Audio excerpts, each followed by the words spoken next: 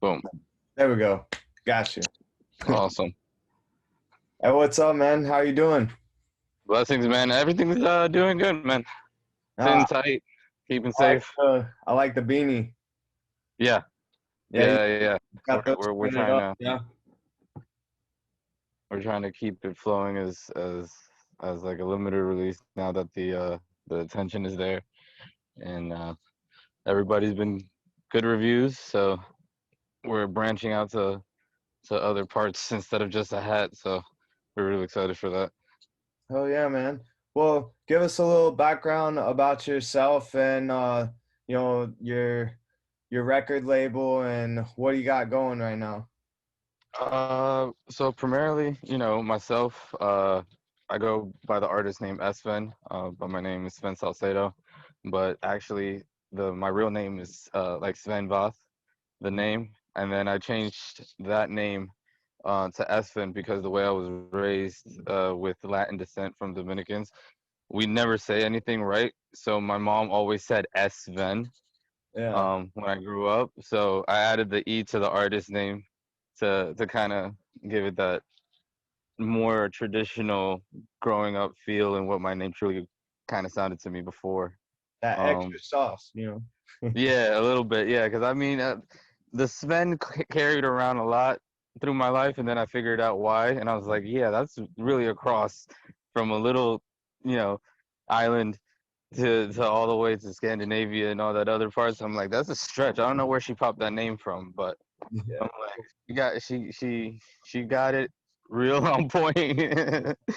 That's cool, man. Yeah, but with me in the as an artist, I started about 10 years ago, but I got official really like 8 years ago. Started really driving myself to perfect the craft and developing music and all that other things that I was trying to do. Mostly I was focusing in the culinary profession before. Hmm. So once I kind of conquered where I got to get to, I had a good position there and some kitchens and stuff like that. That's whenever I started getting a little bit more serious in music, and that's whenever I ran into Prince a lot. When I was starting out, I really hung out with him a lot before, Yeah. but then he saw the seriousness that I was in with the music, saying, that I was transitioning from culinary and being actually physically interested to transition to that kind of not the market, but kind of that realm of like difference of industry and also kind of creativity as well, because cooking is still creative in its own sense, but music is a whole different, you know, a whole different story. Of course. So once I got real serious, he kind of brought up the label to me, and I was really pretty much shocked, because I was pretty much, for me, I was feeling kind of I was not really there yet. But when he came up to me and presented to me the label and everything, I was really honored and privileged to have someone come up to me like that and actually have the confidence to start something, especially like priroslin, because during that time I was really seeing how you know driven and how music really affects individuals.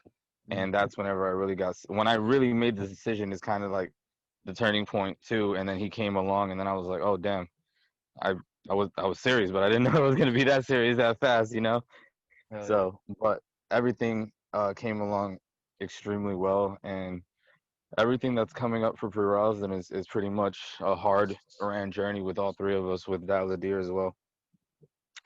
We've just been grinding, just trying to focus on the genuine, you know, work of the actual label.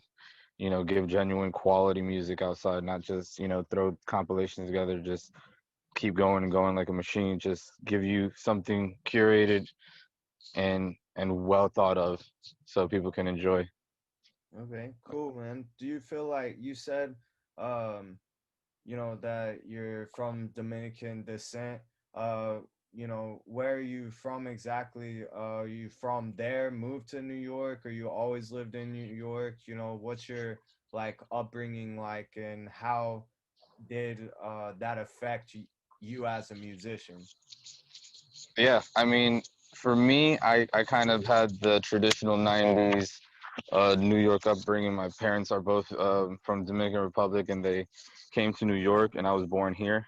Um, I was born in New York City, and then I pretty much from then I was back and forth while I was a child to Dominican Republic and DR until my mom joined the military, and then from then on it's been a hell of a round of a trip around the world, honestly. Well, on the on the Western Hemisphere mostly. I haven't gotten to the other side, but and uh, and pretty much I've been in about, if I say, 15 different states, and then I think four foreign countries. So I've been around a few places when I was young. So I've been really, really lucky to be able to experience that. So it's Man, been it's been a wild ride, but now it's getting a little bit more interesting, especially with how the current situations we are right now. yeah, for sure. Do you feel like what influences your music the most? Do you draw into, influence from, life experience, or are you just like creating from like a vision, you see something that might not have been done yet? Right. I mean, to be honest, I'm a traditionalist. It's mostly um, putting in my emotions and my thought and feelings into frequencies and trying to arrange them in a sense that makes you know great music. You know what I mean? So it's for me, I've always thought that the music that comes through the fingertips or the mouth or anywhere from the human itself is the raw emotion and frequency of what they're feeling at that time too. Because um, I've seen a lot of different creative modes of creation when it comes to music and arrangement, and especially with how the industry is today. But for some reason, it's just when you see back to when the certain songs were composed and hearing how it was created and stuff like that, the most timeless and threads that touch every person, no matter what race or nationality. Sometimes it comes. They literally say, "Oh, it just came from inside of me." It came from my heart, or wherever it came from within. For sure, man. As far as creation is concerned, do you have a typical studio session? Do you have like specific hardware and plugins that's like your go-to? Explain that a little bit for us. For me, I kind of like just been uh, uh, a resampler, a sample and resampler, just flipping things, just trying to make like as much sense to the wonkiness that I make. Like I'll just throw some things together sometimes, and I'm just like, I got these sounds, and I'm liking them, but then it's like sometimes I'll go into the studio, just off a whim, and actually something that I will think about, you know, we'll try to work on it. And then sometimes it's like whenever I think about something too much, it's a little bit more difficult for me. So now lately I've been learning that I just let the creative process flow. So if especially now, thankfully that we have so much time, um, you know, once I feel something or something comes into me, just start working on it. Just put it to motion at least. And then if I can't get it done that day, try to keep it consistent to that point. And for me, the creative process is really, I've always tried to keep it open. I Hmm. I really don't like restriction, especially being in a military background. I kind of being in a strict upbringing and stuff like that. I've enjoyed more of kind of like a how do I say, like an open format kind of thing. It's like it's not just, oh, you have to strictly stay to this rule or anything like that. For me, it's kind of like, I know we have to do four to four, to certain beats and certain things, but sometimes I'm like, you know what, I'm gonna just tweak it out and do something off whim. Like I've gotten F's in class because the teachers told me in music theory, like, that doesn't work, and I'm like, probably doesn't, but I just want to hear it though. You know what I mean? Like stuff like that. So I try to, so for my creativity, I try to go off the grid as much as possible without breaking it completely, though. Just enough to, nudge it in a different direction a little bit sometimes. I can feel that, man. Do you have any musicians that have influenced you? Like, what's some of your favorite musicians from the past and how they might have influenced the music you make now?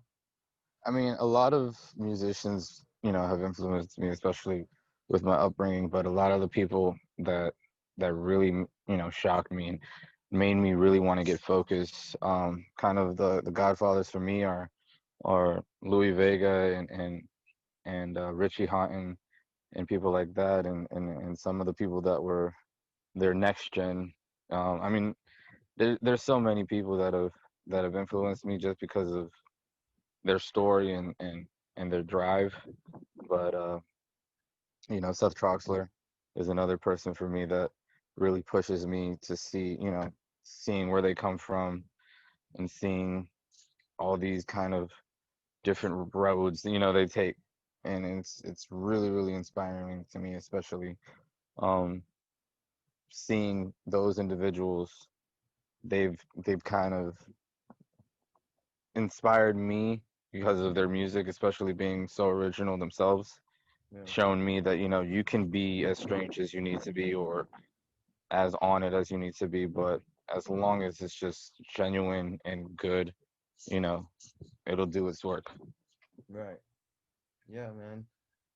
Is there anybody like in your life that that influences your music, maybe somebody that pushes you to and encourages you to do it? Who close to you like really helps like push this music career forward? Well, for me, the number one name for me is my wife, Linda.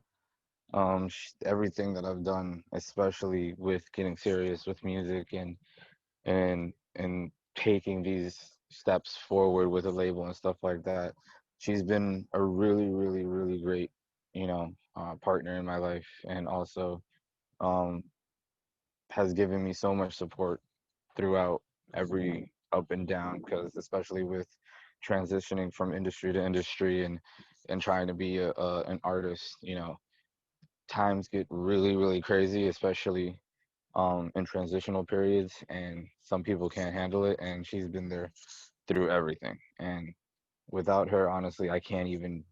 This interview probably wouldn't be possible because I wouldn't be continuing on, with the Esven, format and brand going forward and doing music and stuff like that. That's awesome, man. That's great to hear. Like, shout out to all the great women, Hmm. out there that support all of us guys that have these crazy dreams. Oh That, yeah. uh, I've met so many people that have had both. Have like a great support system, great women on their side, and then the total opposite is, Oh yeah. happens quite a lot too. So, Hmm. I'm happy to hear that for you, man. Thank you. And it's great to have somebody who makes you feel like what you're doing is worth it. It's not Right. crazy. Yeah. So Yeah. so that's good, man.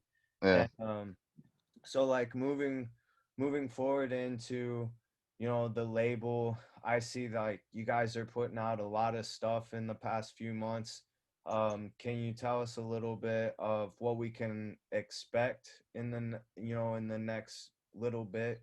What do you guys got coming out? What's some ideas that you're trying to push in the next few months? I mean, like you said, we've been really active the past few months coming through, especially with being hunkered down, running the label, all three of us being all over the place. Um, once we kind of settled in and figured out where we kind of wanted to get the label running towards, it was full go. Like it was like there's no like let's wait now, we'll figure out what's going on. Let's see if the pandemic opens up. Or, like, we were just like, no, now that we have the time, now that we're here, now that it's already down, let's go. And that's what's been seeing. That's what you've been seeing the past few months. A lot of content with the music that we've been coming out with the various artist release of Dusty Plates. Doing really really well, especially on the Beatport charts. I mean, it being at least seven, tracks of ours being on the charts, it's just really, really phenomenal to see that, traction and that appreciation from the community as well. We're only in the game for a couple of years and we're already hitting those numbers. So it's really, really good, especially for us to see that. But we see that the only way we get there is consistency. So we have a lot of things coming. We wanted to keep it going. Once Dusty came in and we saw that Dusty was doing well, we have a lot more promos for Dusty, a lot of things coming for Dusty.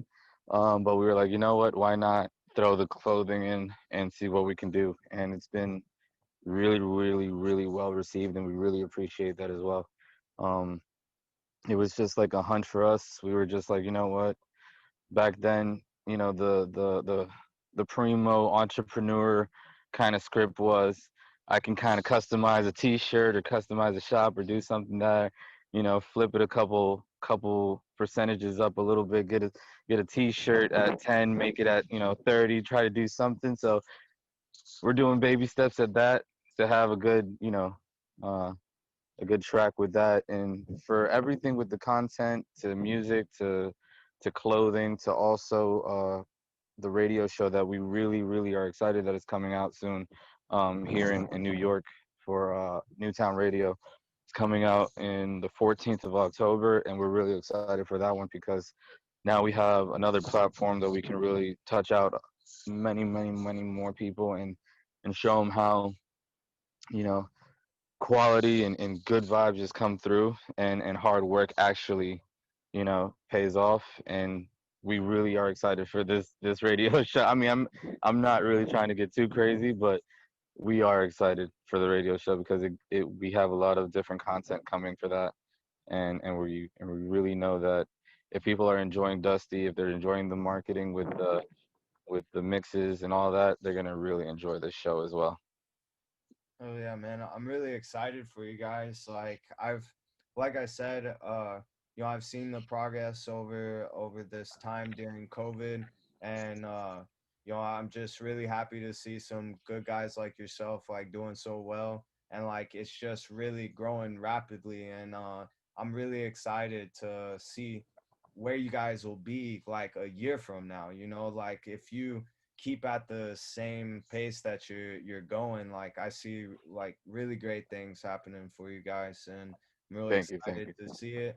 And I feel like COVID for a lot of us musicians might have like in the beginning hurt, because Hmm. it's like, oh no, like I lose all my shows, like that's Everything. how I make money, like what am I gonna do now, blah blah blah. But once Yeah. like once we kind of like got, a lot of people, once they got over that, I feel like, there's been so many people that have really grown during this time, and Hmm. retooled, rethought how they do stuff and created a lot of music. And I want to ask you, like, what have you learned the most during this COVID time that you might not have known before going in? How much work really does take to creation to make stuff. A lot of people think having a 9 to 5 and being able to do stuff on the side and stuff is easy, and you might have an office job, or you might have, I do culinary and stuff, and the say you have the next 5 hours to work on your craft and stuff like that. It is really really different to have full time and full effort dedicated to creating something, or moving something like a brand, um or anything, because that much effort and that much time, Mm. it really isn't represented well to what people see. You know what I mean? Like they hear the songs, they're like, oh, this sounds great.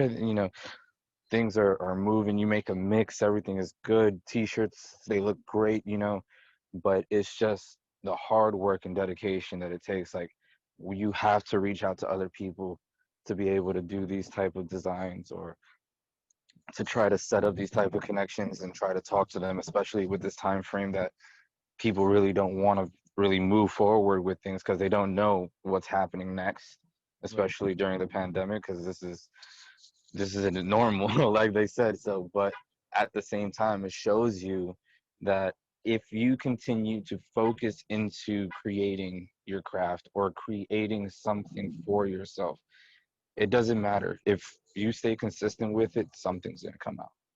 You know what I mean? And the hours that we've put in, it's starting to show, and it's amazing to me because I'm like, wow, this type of energy that we're receiving, I'm like, we've put in effort, but now that we're more focused to put in the work instead of coming in half the time, or I'll do stuff in the morning and Prince will do something at night, and and all type of different type of schedules. It's just now that everybody's just up at one time, we talk, the plan is on, boom, and it's just like a race, and it's just to try to finish it out. It's amazing to see the if you just put consistent work, just consistent work into it, something's gonna come out of it. Yeah, for sure, man.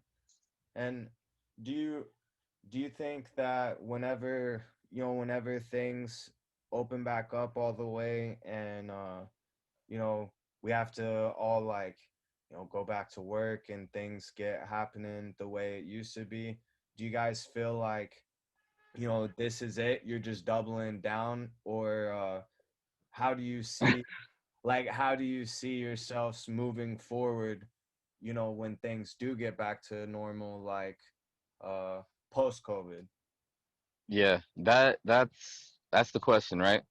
It's Yeah, like, what do we do once everything goes back? And it's like, we're sorry we had to take this long, but this is how it is again. And then you're like, right, all right, let's go. And to be honest with you, for me, I've been dealing with that battle pre-COVID. Because I really, really, really fixed my career in the tourism and hospitality and culinary industry. So, um, once I conquered where I wanted to do in there, and as I got as far as I had to, and then trying to transition out of it to consistently do music. I think for people like that are in that transition zone, I think this COVID kind of was the door in the matrix, like either take it or leave it. yeah, And if you took it, you're in it. You know what you got. If you didn't, you're still in the matrix. You still know what's going on. You're still doing the day-to-day things. Everything's happening. Life goes on, but it's really, really different. So for me, I think, thankfully, since I opened up the door, I think now once it goes back to post COVID, I think for me is doubling down.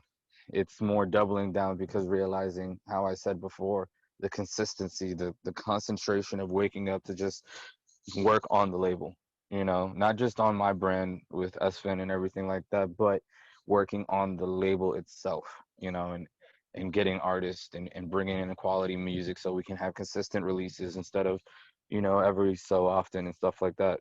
Unfortunately, that's how my releases come, but it's because of how I dedicate my creation to what my tracks are and how I want to focus on it. And for me, I feel that the label itself can show what my, work is, you know, into the industry as well. It's not just tracks. It's how much you put into it, how much passion you put into it as well. for sure, man. All right, so just two more questions for you, man. Hmm. One, not really music related. What are you Hmm. most grateful for in your life?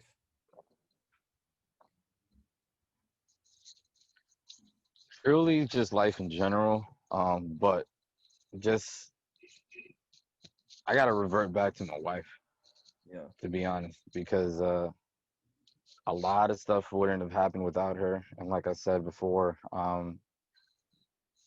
without her, I probably wouldn't have had the seriousness in music, and then have the opportunity to be able to be on the label and to continue to do this.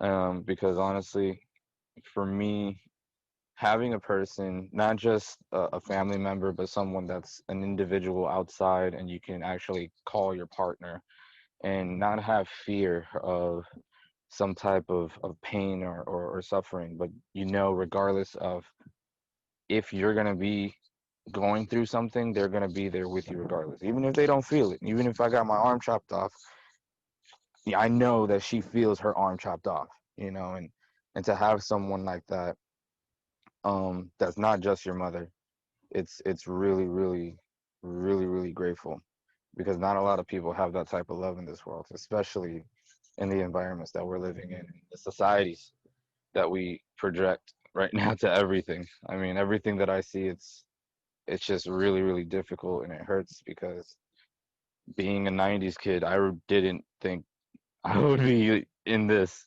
by now. I would think completely different. That was completely different what I was thinking. Yeah, for sure, man. It's definitely I feel like it's caught a lot of us by surprise. That's for sure. Yeah. And I like to slide that question in there. It's always really interesting to hear what people have to say, and I think that we get caught up in all the bad things that are going on in this, in this world, that we sometimes take for granted the best things that we do have in life. And Hmm. so I like to slide that in right at the end and let all of our listeners, know, like, remember to be like grateful for what you do have. Yeah. And Yeah. You have to be grateful for it, because especially now, as you can see in different times, maybe some people think it's real, some people might think it's fake, but during this time, people are starting to realize that it's only time. It's That's all we got. that is all we got for sure, man. Yeah. So last thing, um, you know, just what do we need to look for? Like most recent release, like what do you guys got happening? Like right now, like next week, like who do you want to shout out? What do we need to keep an eye out for? I mean, of course, I said it before, in the interview. We're really excited for the radio show.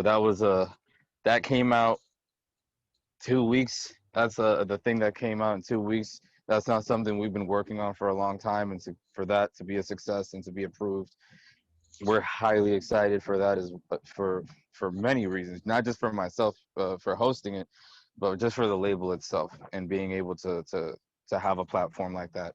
And also with the releases, we're not done. We're still pushing out consistent content for Dusty, but we have a couple of things coming in. I think we're locked until the beginning of next year with releases. So we're really, really getting heavy with that. We have some really, really, really great releases coming up. The next one I think is from Michael Gindi. And I don't remember when that's coming out. I think we got to rework, because uh, we've been dealing with some kind of reworking the numbers and seeing, because we just love that the reaction that everybody's been doing with Dusty. So we've just been really focusing on that. But we also have some really heavy hitters coming in from all over the world, and from other parts that are going to give us some good content for us to give you, not just remixes, but also releases as well. We're really excited for that. Awesome, man. I can't wait. And I really appreciate you coming and doing the interview, talking with us. Um, and just if you could, this whole platform is about artists helping artists. So, just spread the word.